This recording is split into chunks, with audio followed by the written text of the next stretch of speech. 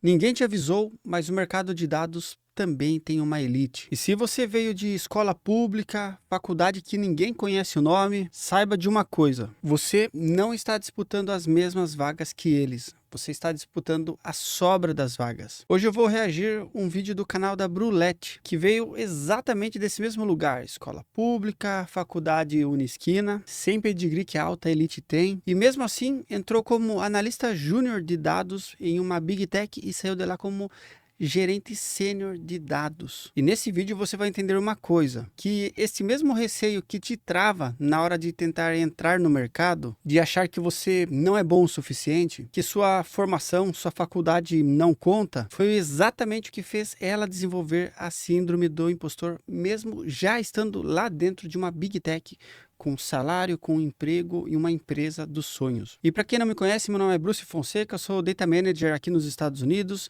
e criei esse canal para deixar você muito bem informado e te ajudar você chegar na sua primeira vaga em análise de dados e inteligência artificial. Então já dá um curtir, já se inscreva e agora sem mais delongas, vamos para o vídeo. Bora para minha tela aqui, dando um play. Então, o que eu vou contar aqui é os primeiros 3 meses, assim, da minha experiência dentro dessa Big Tech, depois que eu já tinha passado, as primeiras semanas, como é que foi. Então a situação, as duas coisas que me deixavam com maior insegurança e me faziam me sentir mais impostora assim que eu pus os pés dentro daquela empresa, foram o inglês e minha faculdade. Quando eu entrei lá, eu me vi cercada por pessoas onde Gente, essa questão do inglês e da faculdade é em todo lugar. Sempre que você for trabalhar com pessoas de faculdades mais gabaritadas, né? Pessoal da USP, pessoal de federal, sabe? Pessoas que estudaram em escolas que são muito difíceis de entrar. Você sempre vai ter uma síndromezinha do impostor. Você fala assim, puxa vida, cara. Eu estudei lá na Unisquina, cara, e a turma é tudo engenheiro da USP aqui, né? Isso aconteceu comigo também. E essa questão do inglês, quando você vai participar de uma reunião e você não sabe inglês, sabe? O sentimento, a sensação é que você quer entrar embaixo da mesa, assim, para ninguém chamar você na reunião, porque você tem vergonha de não conseguir responder, sabe? Então, isso aconteceu comigo. Eu estava participando de uma reunião em inglês, não estava entendendo nada, e do nada eu só entendia meu nome e até todo mundo olhando para mim, sabe? Então eu passei por isso, eu aprendi inglês na marra e até hoje meu inglês não é um inglês excelente, é um inglês de sobrevivência, mesmo estando aqui nos Estados Unidos. Mas foi algo que foi muito trágico para mim, foi muito difícil assim para mim, para eu aprender inglês assim, até hoje, assim, tem algumas coisas que eu fico assim, cara, eu não entendi o que esse maluco falou assim, sabe, cara? Então, se você tem esse medo, cara, não se sinta só, tá bom? Isso é mais comum do que você imagina. O lado bom disso é que no Brasil você só precisa estar um pouquinho acima da média para estar diferenciado. Isso é verdade, foi o que eu fiz, eu fui acima da média, porém o acima da média meu aqui não foi o suficiente, mas você vai ver que ela fez diferente. todas elas tinham feito faculdades públicas ou extremamente conceituadas. E eu, apesar de ter passado para faculdades federais no vestibular, eu não consegui cursar nas faculdades federais porque, primeiro, porque a engenharia era integral, segundo, porque eu precisava trabalhar, e terceiro, porque era longe, era em outras cidades, muitas vezes até em outros estados, então eu não conseguiria conciliar o trabalho, os estudos, o custo de estar em outra cidade e tudo mais. Legal, pessoal, isso que ela está falando é interessante porque você viu que ela não tinha condições, apesar de ela ter passado na federal, ela falou que era em outros estados, coisa e tal, provavelmente ela não passou na USP, né, por exemplo, né, provavelmente passou em outros estados, coisa e tal, que é mais fácil de passar. Mas ela falou que ela tinha que trabalhar o dia todo e se ela conseguisse fazer engenharia, ela tinha que estudar o dia todo. Então ela teve que estudar, porque ela teve que escolher entre estudar ou trabalhar ou fazer os dois, né? Porque e para fazer os dois ela teve que pagar a própria faculdade. Então, com isso, eu prestei Enem, consegui uma bolsa de estudo 100% numa faculdade particular. Ó, você viu, ainda foi bem no Enem. Eu nem no Enem fui bem, viu, pessoal? Eu não consegui bolsa. Na verdade, na minha época, acho que eu nem tentei Enem. Eu sou das antigas, né? Acho que veio um pouco antes do Enem, se eu não estou enganado. E com isso eu conseguia conciliar tudo ali, porque eu estava dentro da minha cidade, era mais próximo, então deu tudo certo. Mas quando eu entrei nessa empresa, era muito comum as pessoas perguntarem qual faculdade que eu fiz, qual curso que eu fiz. E por muitas vezes eu me senti ridicularizada porque o nome da faculdade que eu fiz era engraçado. Gente, só fazendo um comentário, quando você trabalha em grandes empresas, é muito comum você trabalhar com muitos, principalmente pessoas de engenharia, engenheiros da USP, engenheiros da UFSCar, engenheiros de faculdades, universidades muito renomadas, pessoas que já têm experiência fora do Brasil e coisa e tal. E quando as pessoas perguntavam para mim onde eu tinha estudado, e eu falava para eles que eu estudei na Uniesp, eles achavam que era alguma estadual, tipo Unesp, mas o meu era Uniesp. E a Uniesp foi aquela universidade que ficou famosa porque vendia certificado de medicina, apareceu no Fantástico, coisa e tal, entendeu? Então, eu estudei em um lugar que não era renomeado, eu fiz tudo certinho, não teve nada errado da minha parte, mas a universidade não era bem vista, né? E aí, quando as pessoas entendiam o que aconteceu, elas realmente falavam assim: ah, tá, tipo assim, né? Mas ainda bem que pelo meu trabalho eu conseguia me destacar sem precisar falar do meu pedigree, digamos assim. As pessoas até uma vez me perguntou se eu não estava inventando o nome da faculdade, se eu tinha comprado meu diploma. Então, isso por si só já fez eu me sentir, primeiramente, humilhada, né, ridicularizada, e segundamente, insuficiente. O que passava pela minha cabeça naquele momento, todo momento, era: eu não devo ter aprendido o suficiente para fazer o que eles esperam que eu faça aqui, porque eu não fiz uma das faculdades super renomadas que as pessoas que trabalham comigo fizeram, tipo USP, Unicamp, PUC. E eu só pensava nisso: eu não vou conseguir performar o que eu preciso performar, porque eu não tenho o conhecimento necessário para isso, porque eu não fiz a melhor faculdade de São Paulo. E essa era a primeira parte da minha síndrome do impostor. Bom, aí a segunda parte é que eu sou um pouco disléxica. Então, eu sempre tive muita dificuldade com português, com gramática, e com inglês não ia ser diferente. Primeiro porque a gente sabe a realidade do nosso país, estudar uma segunda língua não é para todo mundo, não é fácil nem barato, é difícil as famílias que conseguem custear isso para suas crianças, para os seus filhos. E no meu caso eu aprendi inglês sozinha, eu aprendi com músicas, com filme, tradução de músicas, com livros. Eu nunca cheguei a frequentar uma escola de inglês, então eu aprendi a ouvir e a falar primeiro, e não aprendi a escrever. E eu sei que nem todo mundo começa como eu, mas aqui eu vou contar a minha história e essa parte é importante pro contexto. Então eu sabia falar, eu conseguia entender, mas eu não conseguiria escrever um e-mail inteiro sem a ajuda de um Google Tradutor. Então eu lembro do pavor que era quando me chamavam para alguma reunião e pediam para compartilhar a tela e fazer as notas da reunião.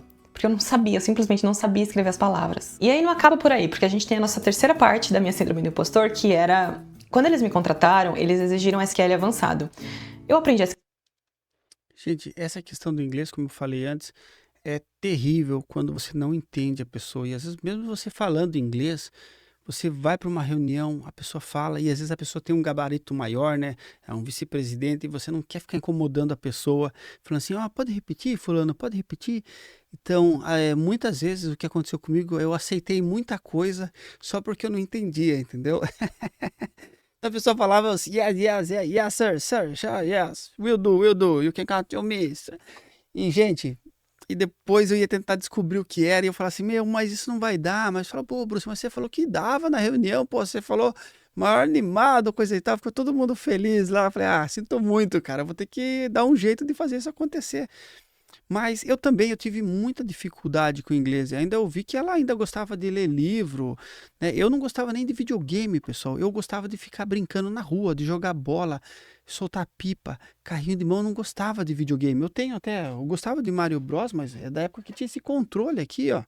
Sabe, muitos anos atrás, eu nem fui um jogador muito assíduo, sabe? Cheguei a ter um Super Nintendo, mas... E eu lembro que o meu era espanhol, que ele falava assim: grande jogada. Quem é da minha época sabe, hein, do futebol lá que tinha no Super Nintendo.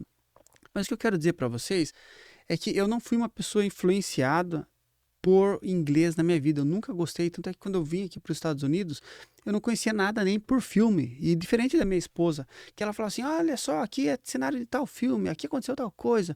Sabe, sou um jecão mesmo. Eu vim do mato. Meus pais literalmente vieram da roça para uma pequena cidade no interior de São Paulo para trabalhar nas fábricas, entende? Então, isso acontece com a maioria de vocês também. Não sei se é o caso dela, mas pelo que ela falou, assim, acredito que ela veio com uma família mais simples também, porque ela também não fez aula de inglês, assim como eu também não fiz. Ela não tinha condição de pagar uma boa faculdade ou de estudar integral em uma boa faculdade. Isso acontece com todo mundo. E uma coisa legal aqui que ela vai falar também de conhecimento técnico, que acaba sendo importante até hoje. SQL na faculdade, eu nunca tive dificuldade com SQL, eu sempre achei uma linguagem, comparada com as outras matérias e com as outras linguagens que eu aprendi, razoavelmente fácil. Mas as queries que eles compartilharam comigo nas primeiras semanas tinham mais de 2.000 linhas. A gente basicamente não tinha tabelas prontas para análises. As queries elas demoravam 30 minutos para rodar. Era de uma estrutura caótica, um puro caos. E eu falei, gente, isso não é SQL avançado, isso aqui é SQL Ultra Mega Power. Eu nunca vi na minha vida uma query com mais de 100 linhas. Isso aqui é mais de 1.000 linhas. Ninguém me avisou que era complexo desse jeito. Então, Gente, isso é muito comum. Eu rodo várias queries aqui de 30 minutos em um banco de dados super bom, com um servidor super bom, uma infraestrutura super boa. Só que a gente tem tantas linhas no banco de dados, são milhões e milhões, dezenas de milhões de linhas no banco de dados, com uma query com às vezes até com milhares de linhas, porque a query faz várias etapas, salva em uma tabela virtual, depois vai e faz uma outra etapa, depois pega uma tabela virtual de uma CTE com uma outra tabela virtual, junta as duas, faz uma outra análise. Isso tudo, no começo, quando você entra, é certeza que você vai se sentir um impostor. Porque mesmo que você faça coisas complexas durante o treinamento, você nunca vai ver nada igual aonde você está. E eu vou ser bem sincero com vocês, às vezes eu chego numa empresa para fazer uma consultoria, ou eu vou fazer um trabalho para uma outra equipe aqui nos Estados Unidos mesmo, da empresa que eu trabalho, eu falo assim, meu Deus do céu, o que é isso? Então, uma coisa que eu faço, nesse caso do SQL que ela está falando, ela chegou e se assustou. Mas eu peço para as pessoas contarem a história do que aquilo faz e eu tento interpretar cada passo da história, cada regra de negócio. Eu interpreto dentro do código e começo a fazer anotações do código para aprender o que cada trecho do código faz. E eu vou aprendendo partes por partes, fazendo anotações, decorando, entendendo, vendo o resultado, executando parte por parte do código, para aí sim tudo se encaixar na minha mente. Porque, gente, ela se sentiu uma impostora, mas eu também me sinto quando eu vou numa query dessa, eu falo assim, cara, meu Deus, por quê? Regras de negócios podem ser muito complexas. tinha essa parte técnica também, que era um pouquinho mais além do que eu estava preparada. Então, assim, só para resumir, ela teve uma síndrome do impostor por causa da formação dela. A universidade dela não fez USP, não fez Unicamp. Ela teve a síndrome do impostor por causa do inglês dela e por causa do conhecimento técnico que rodava um SQL muito avançado para ela. E o último ponto era que eu era a única mulher do Brasil do time. Então, isso já somava com todas as outras coisas que, pra mim, já era pânico o suficiente. Então, sempre que me convidavam para uma reunião, eu ficava em pânico, porque primeiro que eu não sabia o business English, porque, como eu disse, eu aprendi inglês com música, então você não aprende a falar as palavras. Gente, ela tá falando de ser mulher, isso porque ela trabalha ou trabalhou em uma daquelas empresas Big Techs para Frentex, hein? Mas eu vou ser bem sincero, eu já trabalhei com várias mulheres, isso não é problema nenhum, não é demérito nenhum, e eu nunca vi nada acontecer nesse sentido de alguém falar assim, ah, ela é mulher, por exemplo. Muito pelo contrário, as pessoas respeitam todo mundo de forma igual. Agora, se isso acontecia lá no ambiente dela, ou se era algo só dela, aí pode ser algo diferente, tá? Mas eu acredito que seria algo dela, porque a empresa que ela trabalhou já era dessas empresas mais inclusivas, com todo o suporte para esse tipo de situação. Eu acredito que fosse uma coisa dela. Não sei, né? Vai que ela venha falar algo daqui para frente. De business nas letras de músicas normais. Segundo, porque eu não sabia se eu ia precisar escrever alguma coisa e todo mundo ia ver que eu tava usando o Google Tradutor pra me ajudar a descobrir como que aquela palavra era escrita. E terceiro, porque eu me achava burra, porque eu achava que eu não tinha o conhecimento técnico suficiente, que minha faculdade não teria me entregado o conhecimento técnico suficiente que eu precisaria para entender o que seria dito naquela reunião. Porque eu me achava mais burra do que todas as outras pessoas, porque eu não tinha feito a faculdade que eles tinham feito. E nesse momento, para ajudar, eu estava fazendo em paralelo ao meu trabalho, meu MBA, e estudando Python. Então, minha cabeça, ela estava, só de lembrar isso, minha ansiedade vai a mil, porque era um desespero. Todos os dias Ó, pelo menos ela fez uma coisa certa. Ela estava estudando Python depois do SQL. Ela aprendeu SQL na faculdade, foi para o trabalho, estava aprendendo Python e fazendo MBA. É o que eu falo aqui, pessoal. Aprenda SQL primeiro, porque o SQL vai ser a base para todas as outras linguagens de programação. Deixa eu voltar minha tela aqui. Porque assim, no Python, que nem ela gerenciou um time de analistas de dados. No Python, você vai ver que muitas estruturas de filtragem, seleção de dados, agrupamento, é puramente um comando igual o SQL. você vai fazer select, você vai fazer filter, você vai usar a mesma lógica para filtrar informações. Então, quando você aprende o SQL primeiro, você basicamente você abre a porta para todas as outras linguagens de análise de dados. E é isso que eu falo lá na minha comunidade, gente. E por falar nisso, se você quer chegar no mercado de trabalho preparado, sem esse risco de ter a síndrome do impostor com o seu conhecimento técnico, clica no link aqui na descrição, você vai ver o meu website. Eu tenho duas trilhas lá. Uma trilha é para você entrar no mercado de trabalho, a outra para você entrar e se destacar no mercado de trabalho. E logo mais eu vou estar adicionando na trilha 2 o meu curso de agentes de inteligência artificial, que é o meu melhor curso de todos os tempos, que vai levar você para outro patamar com inteligência artificial. Nós já temos inteligência artificial na trilha 1 e agora eu vou colocar inteligência artificial, desenvolvimento de websites, aplicações web na trilha 2. Então, não deixe de aproveitar, porque quem não aproveitar esse tempo antes do meu lançamento vai se arrepender, vai falar assim, puxa, devia ter adquirido o treinamento do professor Bruce lá naquela época quando ele fez o vídeo, beleza? E agora voltando a falar da Brulette, com todas essas coisas que aconteceram com ela, o que dá para tirar disso de positivo é que, mesmo ela passando por tudo isso que ela passou, se você assistiu o vídeo inteiro, eu também vou deixar o link aqui, você vai ver que ela vai falar que ela chegava de manhã, ela chegava mais cedo, ia embora mais tarde, ela estudava por fora, ou seja, ela foi uma guerreira, ela desenrolou mesmo, ela falou assim, meu, eu vou fazer acontecer essa parada. E a gente que veio de baixo, que não tem escola, não veio de escola boa, não conseguiu pagar uma universidade boa, pra gente é a mesma coisa, gente. A gente vai entrar lá, a gente vai comer grama mesmo. Foi assim comigo também. Pensa que antes de trabalhar num trabalho administrativo, eu martelava prego na produção. Depois eu perdi esse emprego administrativo, voltei a operar empilhadeira. E depois estudando que eu consegui voltar para o mercado e entrei definitivamente para análise de dados, apenas análise de dados desde 2011. Entendeu o que eu quero dizer para vocês? Então, a gente vai ralar, mas é possível. E como que você faz isso? Como que você chega preparado para o mercado de trabalho? Primeiro você estudar as ferramentas, você, claro, ter IA na ponta da língua, SQL, Power BI, Python e principalmente desenvolver o seu portfólio.